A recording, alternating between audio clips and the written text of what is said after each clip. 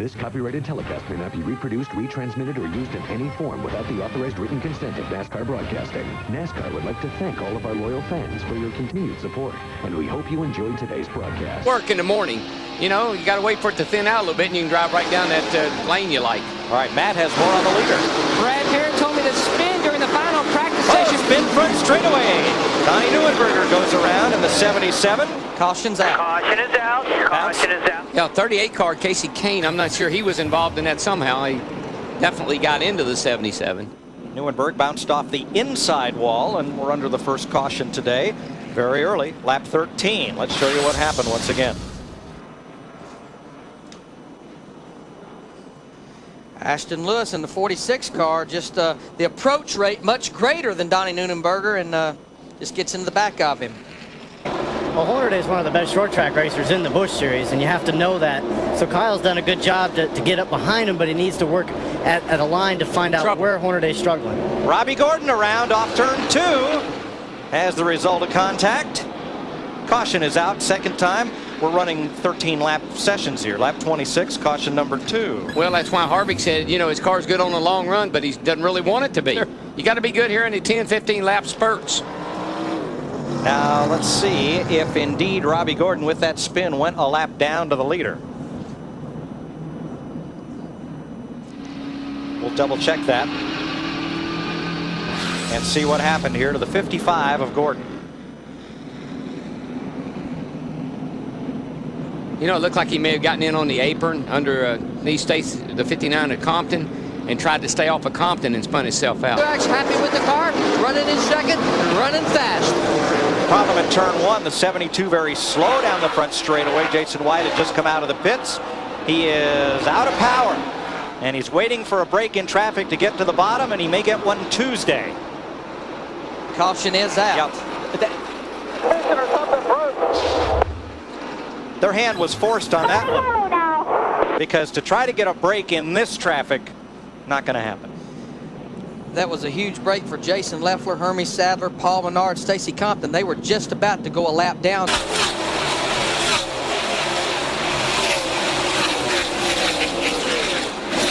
Here we go. They're going around on the front. Caution's out. Jason Leffler, 00 car. This is his second car of the weekend. He crashed in final practice yesterday. So not a good weekend for that. That was group. all because of a lap car that got up in the middle of the field, and there was nowhere here. He couldn't get, they had him going by on the left and the right. Bottlenecked him up off of 4 here. Leffler paid the price. One slow car. There's just not room for a moving chicane here at Bristol. What? Jason Leffler in the 00, he was sandwiched in between Kenny Wallace and the 23. We had talked about him going to the back of the pack because of loose lugs. Let's ride with Kenny. I mean, and you can maneuver the car. That's the other thing about old tires, Darrell. Not only are you slower, you just can't turn the car like you can on fresh tires. Stacy trouble turn 2. Lewis hard into the fence. Tough break for an unsponsored team. Well, they're not done either. They're still wrecking. Johnny Benson. There goes the Casey Kane, Johnny Benson. All of that chain reaction because it didn't slow down. Happiest man in town, Greg Biffle. And he, you know, you got to give Greg a lot of credit, man. He had to be up on the wheel to stay on the lead lap with that car going the way it was. 7 to go. You still got For Greg Biffle, I think everybody will pit for tires. I agree.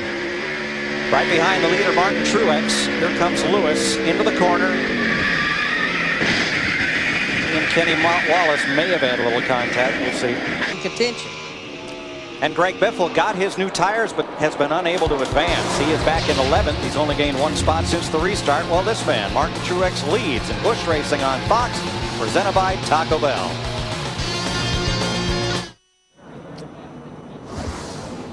Casey Kane had a not-so-great clip of the wall in turn 1. Looked like he may have lost a tire, and that's put us under the 6th caution of the day. Now this is going to be Casey right there, going off into turn 1. Yeah, it's just he's got a soft tire. And when you have that, the car goes straight. It does not respond to the steering wheel. That's a Martin Truex Jr. trying to win his first ever. A lot of smoke in the backstretch. Robbie Gordon. Now Robbie's blowing up. Who had just got back on the lead lap from hard, and the caution is out. Caution is out. Boy, that's a big break for Biffle. So it just puts him a little bit closer. And what a tough break for Robbie Gordon. Drove his heart out to get back up on the lead lap and couldn't keep the car under him. We lost the radiator. Oh, he says he thinks he lost a radiator. Probably poked a hole in her. You just wonder if it just cooked the engine. Yeah, I don't know. I think it's you know, with all that smoke, I think he rammed something through the radiator. Let's see who it might have been. Tim Fedowa. Bam. Right there, and then you see immediately he's got fluid coming out the back. So one of those poke bars inside the grill got knocked back into the radiator.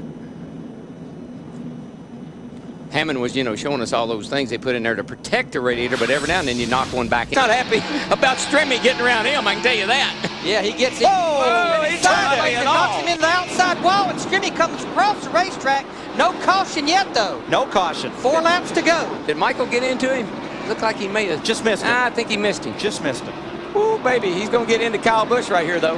Yikes. Whoa, and down Yikes. goes Sauter off Greg Biffle's bumper when they had to check up for Kyle Busch and Michael. All right, this will be the race right here. Remember, no red flag. Martin Truex crosses with 2 to go. No caution flag. No, There's no racing. no, Turn no. on. Benson's in trouble. Got drilled by Strimmy. Strimmy's car is torn off of his right front. Caution is out now. Caution is out now. They'll come around with 1 to go. White flag and caution. It's over. It's over at the moment of caution. Truex, long as he can come around 1 more lap under caution, is going to go to victory lane. Wow. Wow. Well, if you look at Strimmy's car, I mean, his right front is shoved up under his dashboard. Well, the Oval Office is going to be a little busy after the race. There's gonna Johnny be a Benson line. and his crew chief, Imagine John that. Wolf, has been called. Summons there. And Martin Truex Jr. is about to be a first-time winner in the NASCAR Busch Series. Poor Biffle came out good in that whole mess, finished 6th. I'm not sure, but I think Mike Bliss in the 20 may have pulled off the racetrack too early. You're right, he didn't get the checker. And Michael Waltrip in the 99 almost did the same thing and pulled back out on the racetrack in a hurry. Well, what about when they freeze the field rule? Yeah, but you still got to stay on the racetrack, I think, Darrell. When you freeze the field is required to slow down to pace lap speed, but you must maintain pace lap speed to hold your spot. And right now, scoring is showing Mike Bliss back in 17th position. You've got to maintain your speed even when the field is frozen. In his 20th career start, Easy, buddy. Martin Truex Jr. There's a wall back there, is buddy. either going to blow it up or drive it into victory lane 1. He's been second 3 times, and he's Bristol's 5th first-time winner. Richie Gilmore, native of Rochester, New Hampshire, noticed Truex racing in Busch North. Said, here's somebody to keep an eye on. It brought him to the attention. And he had a great, and Dale Jr. a great run, too. I mean, the car's clean. We're going to go through all this sequence of events here with 2 or 3 laps to go. This could take a little bit. Mike, why don't you explain all this? Oh, sure. First, Kevin Harvick and David Strimmy get together. Just a little bit. Now, this is with about 3 laps to go right here. Strimmy had passed Harvick. That's off of turn 2. Put Strimmy in the outside wall. Michael misses him. Johnny Sauter misses him. Here it is again from Harvick's onboard. Strimmy had just passed Harvick a couple of laps before.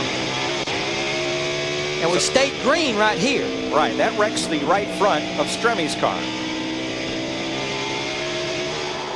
Then watch the 60 of Greg Biffle battling David Green and Johnny Sauter, who gets loose right there. Green had an opening. Around goes Sauter. By goes Biffle. That Biffle blocks had up those the stretch racetrack. tires. The caution still was not out. No, we're still trying to finish this race under green. Now here comes Johnny Benson. On the outside of Strimmy, whose car won't turn. Won't turn, and where did the one car go wrong? We'll find out momentarily. It may have been this right here, the payback. Yes. And that's why he will be at the Oval And of Office course, after the race. he doesn't understand that Strimmy's been in a wreck, and It wouldn't turn. David Strimmy pulls in, and Benson is going to just have a word with him and just talk it through. The official is in there with him. and now it becomes a little crowded. And Johnny's saying, just wanted to talk to him and see what happened. Yeah. He has no idea That's that his okay. right front's stuffed up under the dash, I'm telling you. Well, Johnny could see that as Stremme pulled in, but likely didn't know it at the time. This is just a total misunderstanding. But this is typical Bristol. But it's Bristol. This copyrighted telecast may not be reproduced, retransmitted, or used in any form without the authorized written consent of NASCAR Broadcasting. NASCAR would like to thank all of our loyal fans for your continued support, and we hope you enjoyed today's broadcast.